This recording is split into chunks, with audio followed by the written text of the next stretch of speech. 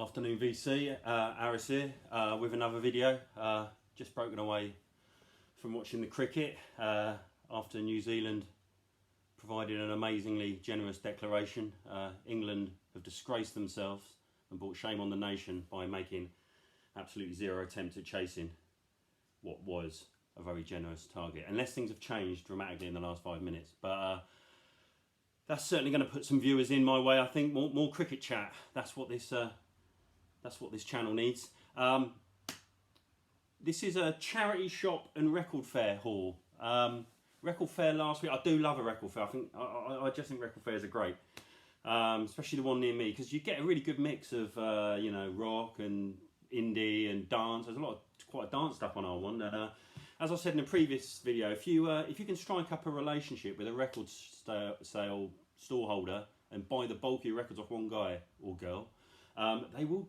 Well, certainly in my case, they will weigh in with a decent discount. I'm talking 30–40%. So, yeah, it's always a good place for me to get some bargains. Because I think a lot of these record store guys, they're buying their records from like house clearances and that, so their margins are monster. You know, it's not like going to a record shop where they're working on, you know, 33% or something like that. These guys are often buying humongously large amount of collections off people who just want them out of the house because, you know, a partner sadly died or something and they just want it gone. So, yeah, a lot of these guys work on big margins, so yeah, discounts are always available.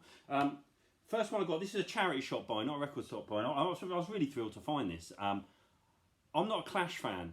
I love punk, but I'm not a Clash fan. It's not. I don't mind the first album. I'm always a little bit averse to bands when they start telling me sort of how I should be thinking, or they start sounding a bit preachy, which is why I always struggle a bit with some punk bands. I was always going to be more of a fan of like the Buzzcocks or X-Ray Specs or, you know, stuff like that. Although I do like the Clash, and I love bands like Stiff Little Fingers as well.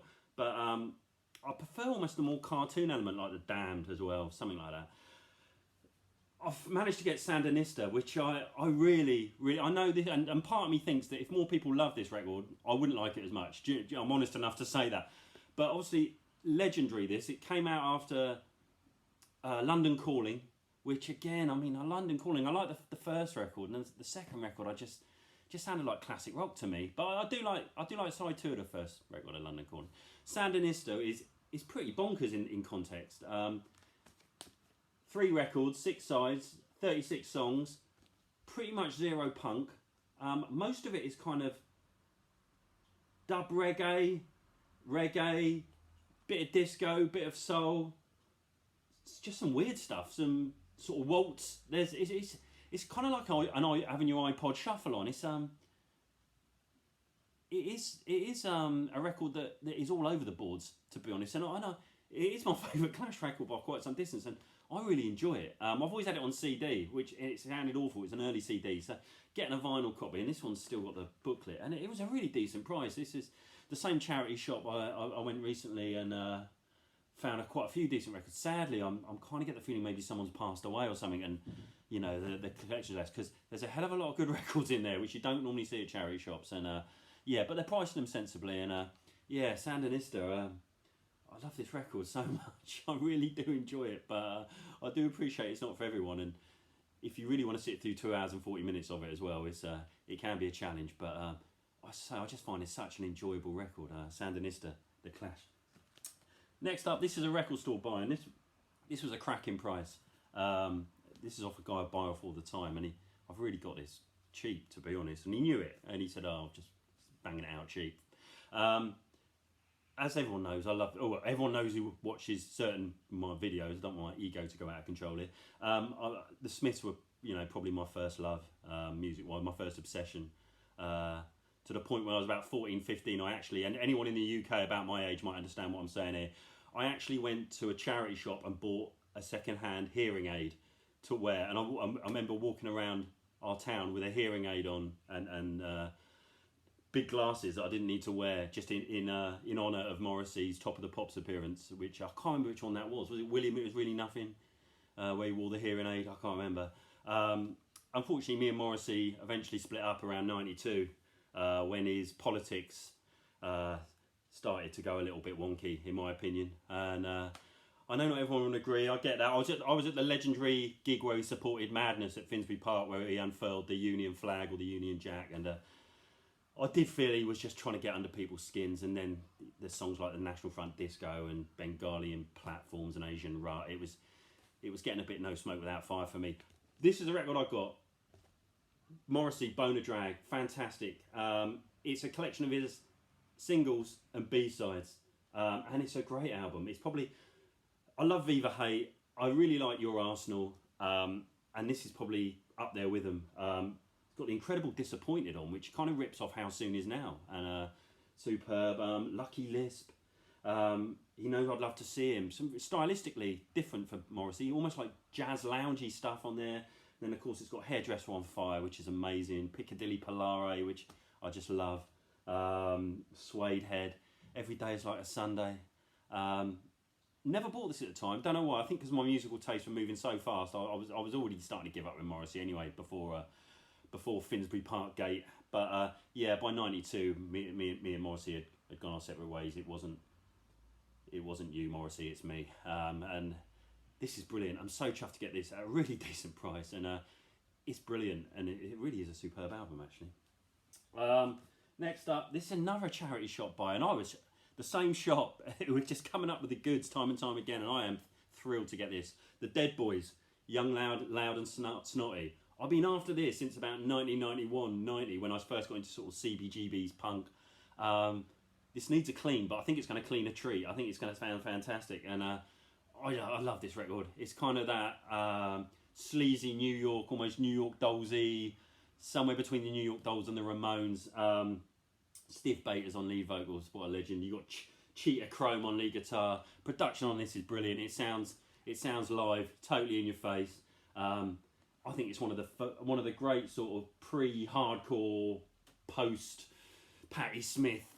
There's that weird period in America, wasn't it, where you were getting these sort of rock and roll punk bands like New York Dolls and all that. And I think this is almost top of the tree, along with the Dictators maybe, but the Dictators came a little bit before this. But yeah, fantastic stuff. Dead Boys, Young, Loud and Snotty, all killer, no filler on this one. Absolutely fantastic album.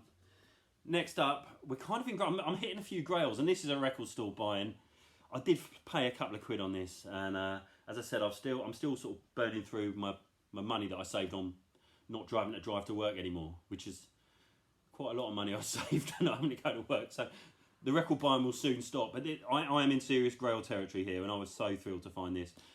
The Fantastic Expedition of Dillard and Clark. I know one of my favourite channels, JT's Record Room. I know he used to play in a band with Gene Clark's son, and I think I mentioned it before in the comments that this is one of my favourite records, and this really is. I'm going to say this is the best country rock record that came out of that period. I'm talking like the Byrds, Graham Parsons, Flying Burrito Brothers. This is absolutely fantastic, and this version, this is like an 80s repress, but it's still rare to find. This is on Edsel. It were pretty good with the repress game in the 80s. This is even better because it includes the amazing Why Not Your Baby by Gene Clark, which is almost like a Byrds song, but maybe one of the greatest song he ever wrote, Why Not Your Baby.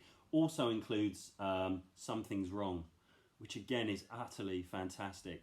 They're more pop country, or just almost like Byrds pop, really.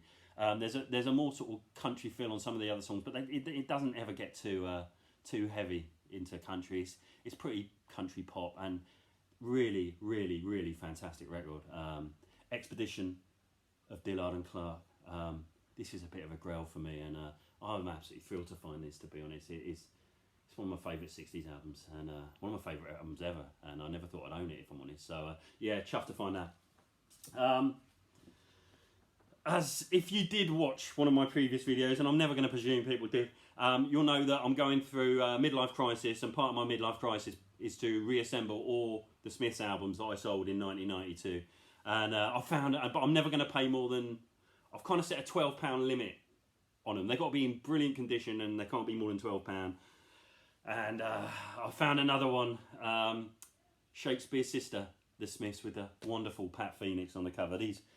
Joe Slee, the designer of these, I'm quite into my graphic design, and I wanted to be a graphic designer when I was about 16, 17, but it didn't happen. And I settled for a world of insurance. But the design of these sleeves is utterly fantastic. The colour, the typefaces, everything about these sleeves is brilliant. I could write a book about this Joe sleeves for the Smiths. And of course, each sleeve would send, as a young man, a young boy, it would send me off in a million directions, because there'd often be an author I'd never heard of, a film star I'd never heard of. Every sleeve would introduce me to about 5 books, 5 films. Just fantastic. I can't say enough.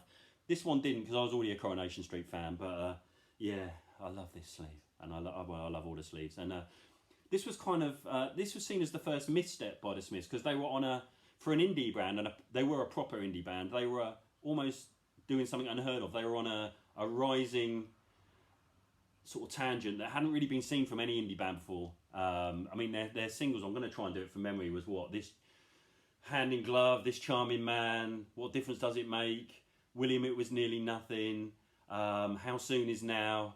I mean, they were just up and up. And this came out, it wasn't on an album, and this was seen by everyone as a real misstep, Shakespears Sister. I really like Shakespears Sister. I can appreciate it probably is the first misstep. I think it was the first single that didn't go. Or they charted about 29 in the UK, which for the Smiths was pretty poor at the time. And I think it caused the first ruck between Morrissey and Rough Trade. I think he thought they didn't put enough into it, but it doesn't stand up with the other singles. But I love it. I think it's great. And the B-side's got What She Said on, which is probably Johnny Marr's first forays into almost heavy metal, or heavy rock. And it's a weird song, What She Said. I really love it, but it sounds like an outro all the way through. Johnny Marr's guitar line, I always thought it sounds like an outro, which is kind of one of the joys of Smiths. They always sort of mucked about with melody and played with melody in a way that a lot of bands didn't, which probably made them so popular. And then the other track on here is Stretch Out and Wait, which a lot of people think should have been the single. I personally don't, actually. I mean, I like Stretch Out and Wait, and it's a decent song, but yeah, so chuffed to get this. Only another, I think, 17 to get, so it's not going to be easy. Not going to be easy. This was another charity shop buy, and this was cheap, but I was really chuffed to get this, and it's brilliant. Buggles, The Age of Plastic, obviously Trevor Horn's band. It's only since I joined the VC that I realised Trevor Horn was in Yes. That's really stunned me, actually.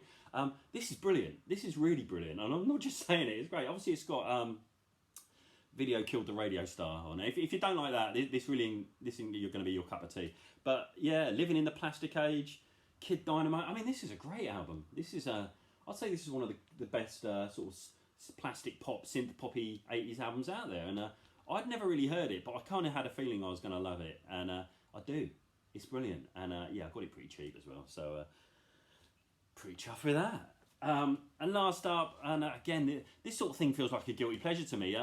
The VT has kind of got me into the Beatles a bit more. I mean, I always liked the Beatles, but I was never a big fan. But it's just everyone, especially Americans and Canadians, they just carp on about the bloody Beatles all the time. It seems really weird to me. But it has got me listening to the Beatles more, and I bought a copy of Revolver, because the copy I had before was an American copy, which I didn't realise had a different track listing. This is how little I know about the Beatles, and obviously it missed off 2 of the best songs of this. So I've got this. I can still find Beatles albums at a pretty decent price, especially there's a shop in Southampton. There's a bloke here who watches some of my videos. He might know the shop I'm talking about, where you can still pick up Beatles albums for about 10, 11 quid, and this is apparently, this has got the EMI logo on it twice, which apparently is significant. But it sounds great. Gave it a clean, absolute killer, and it is a great album. I do prefer Rubber Soul. I've started listening to Rubber Soul a lot, which I've always had and never really listened to, and I really enjoy Rubber Soul a lot. But yeah, I like Revolver. It's decent. But anyway, thanks for watching. That's my latest charity shop record fair buys, and I shall have some more videos to come. Thanks a lot. Bye now.